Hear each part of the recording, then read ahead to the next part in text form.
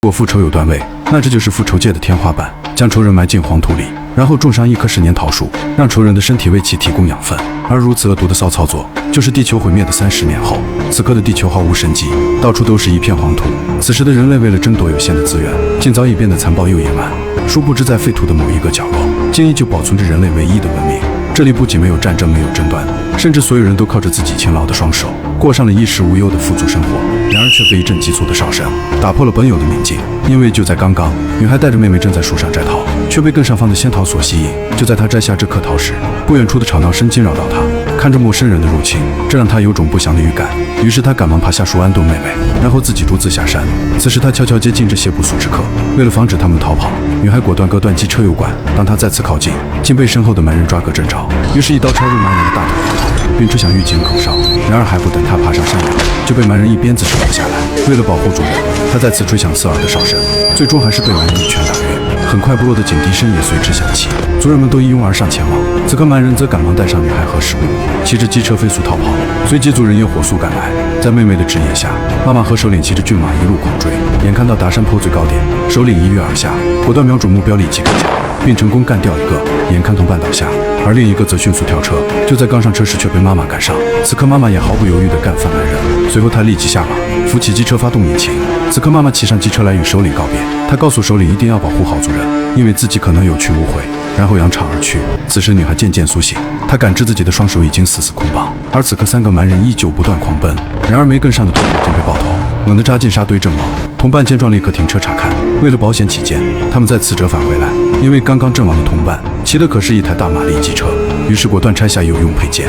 而另一个则迅速爬上山坡，匍匐查看情况，用望远镜看去，有一辆机车迅速狂追。然而此时女孩抓住时机，一口死死咬住输油管。另一边侦查的同伴赶忙呼吁同伴加快速度赶路，拖着有用的轮胎继续逃跑。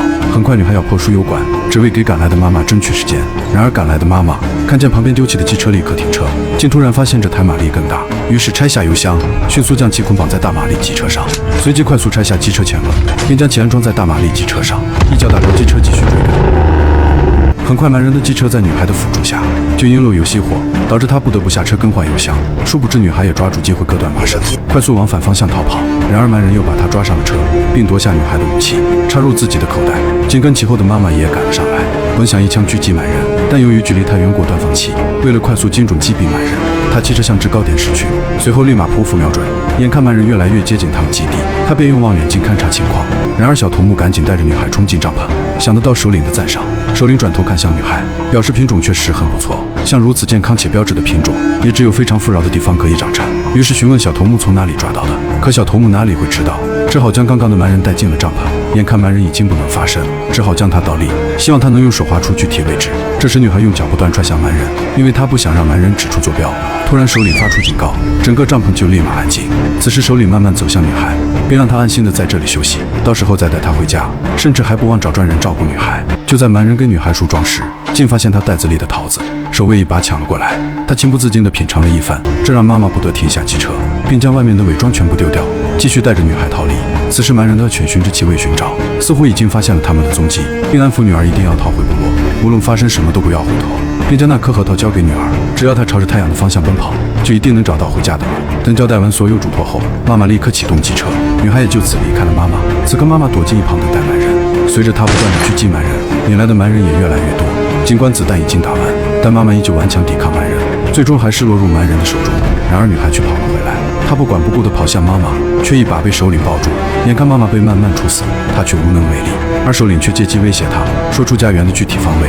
在妈妈怒斥下，她渐渐清醒，直到妈妈死去的那一刻，她也没有说出具体的方向。但首领并没有就此放弃，可女孩依旧不为所动。然而在一次行军中，天空竟出现一个红色信号弹，于是首领果断调转方向，原来是个白色小兵。他告诉首领自己的部落就在前方，并且什么都有，这立马令首领为之癫狂，于是快马加鞭驱车赶往。很快他们就来到所谓的富饶之地，随着手下的一个手势，所有蛮人全部拉响机车轰鸣声，用以宣示自己的王者地位。紧接着首领接过话筒，大言不辞地宣布自己才是这里的王。可令他不知道的是，他今天所要面对的对手竟是更加残暴的不死老乔。然而不死老乔人狠话不多，随手指向不远处的战争男孩，殊不知男孩竟掏出口袋里的喷剂，对着大嘴胡乱一喷，然后毫不犹豫地拿起天火雷。当天晚上他们就找到了机会，就是山下的大型炼油厂。随即首领做了个大胆的决定，必须快速拿下整个炼油厂。第二天，炼油厂里开出一个车队，监视的蛮人发现后，立马向远处发出信号，蛮人车队也随之前往堵截。很快，他们就将车队逼停，这让首领很是满意。但是他还有其他更好的计划，随即他便找了个蛮人，并让他将所有衣服脱掉，然后拿了一个电饭煲，一把抓起地上的白色泥土，然后加入大量的汽油，随意搅拌几下，立马对着眼前的蛮人胡乱涂抹起来。这波操作彻底让蛮人看傻眼，首领则表示这只是游戏的开始。随后蛮人命令手下通通照样学样。此刻油厂的监控发现异常，透过望远镜看去，竟又是不死桥的车队。于是掏起旁边的电话开始呼叫，并告诉厂长战车又返回了。眼看车队遭遇袭击，厂长慌忙打开油厂大门，随着车队快速开进油厂内，部分蛮人也被困门外。殊不知车底下躲着数十名蛮人，他们很快拿下守卫。这时厂长才发现大事不好。随着机车队的不断涌入，首领再次获得手下将领的认可，但这还只是首领的开始。接下来他要找不死桥谈判。很快不死桥就收到了厂长的断指，同时他也答应了蛮人的谈判。你以为不死桥变软弱了？其实他也有自己的计划。很快蛮人就来到洞穴内，他们也不废话，直接要求不死桥拿出更多的水和食物来换取现金。随后不死桥只要女孩，并承诺首领除了给更多的物资，甚至还定期给他们输送干净的水和食物。此刻首领立马答应，但内心是100个不愿意交换。可现在他也只能走一步看一步。等所有蛮人走后，女孩便看向眼前的不死桥，毕竟她已经摆脱了蛮人。随后女孩被带进了一个特殊的房间，当她放眼望去，眼前的景象让她大吃一惊，因为这里犹如一个新的世界，而这些女人都是不死桥的老婆，还是专门生孩子的工具。这也让女孩心生后怕，于是她剃光自己的头发。不曾想扭头地看上后面的小个子，并命令他前去处理。殊不知这个小个子男孩就是当年那个逃跑的女孩。为了给死去的母亲报仇，他一直隐姓埋名躲在这个部落。由于女孩的表现出色，他也成功当上维修队的成员，因此他开始有了更多接触事物的机会。很快不死桥需要打造一辆超级战车，这也促使女孩找到逃跑的机会。经过日以继日的加班制造，超级战车也很快迎来出发的一天。于是女孩偷偷在车下藏了逃跑的物资，却被战车司机杰克发现她的异常。为了快战车迎来第一次运输任务，他们要前往子弹农场运送所需物资。可就在穿进沙尘暴后，杰克就发现前方异常，于是派战争男孩杨干查看，竟是强盗机车队。此刻战争男孩们立马狂躁起来，殊不知后面还有强盗，并立即对超级战车发起野蛮攻击。随后双方开始发起标枪对射，然而强盗却升起空军部队，对战车发起新型攻击模式。突然一个强盗想将超级战车逼停，此时杰克发现车速突然骤降，为了快速查出问题所在，副驾赶忙爬向车底查看处理。谁知强盗的攻击更加猛烈，再次升起空军部队。可就在副驾接过油管时，空军炸爆了送水管的战争男孩。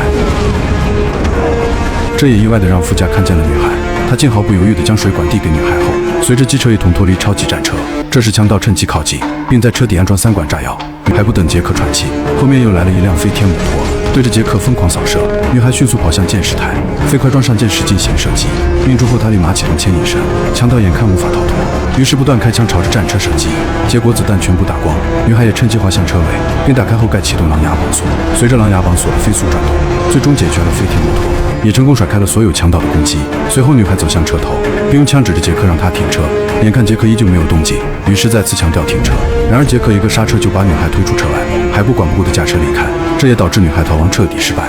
然而在这茫茫沙漠里，她既没有食物也没有交通工具，根本不知何去何从。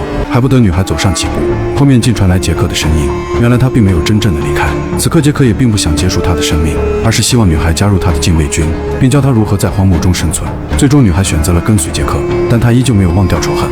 很快他们便将物资运到了子弹农场，等所有货物全部卸完，他们继续踏上新的旅程。此时杰克递给女孩一把枪防身，并让她好好保护自己。这一站他们来到炼油厂，在这他看到了当年杀害母亲的首领，然而首领却早已认不出现在了他。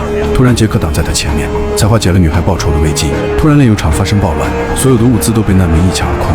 要不是杰克跑得快，可能超级战车都会被难民们撕碎。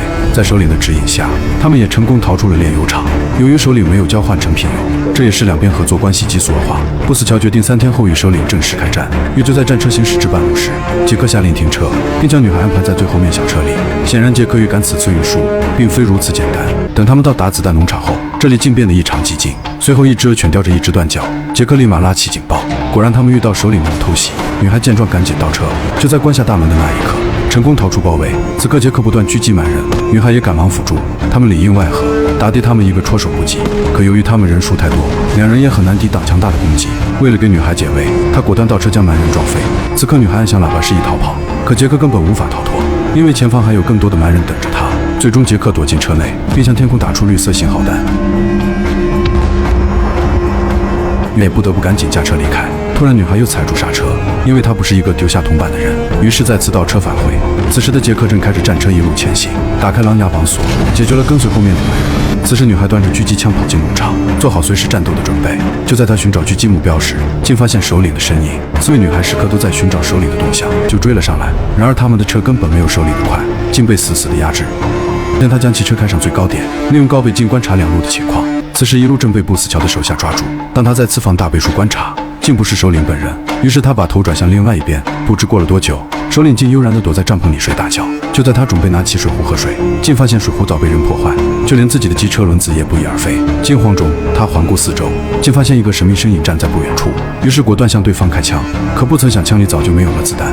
眼看神秘人离开，他赶紧向另一个方向逃跑。然而女孩竟一直开车紧随其后，眼看自己也逃不掉了，于是祈求对方饶了自己。很快，女孩大步走向首领跟前，并将头套一一卸下。这次他是彻底绝望了，本以为女孩会直接开枪，可他根本想不到，女孩竟利用他的身体做养分，然后种下了那颗蜜桃种子，以此来回报他的母亲和那些被他杀害的人。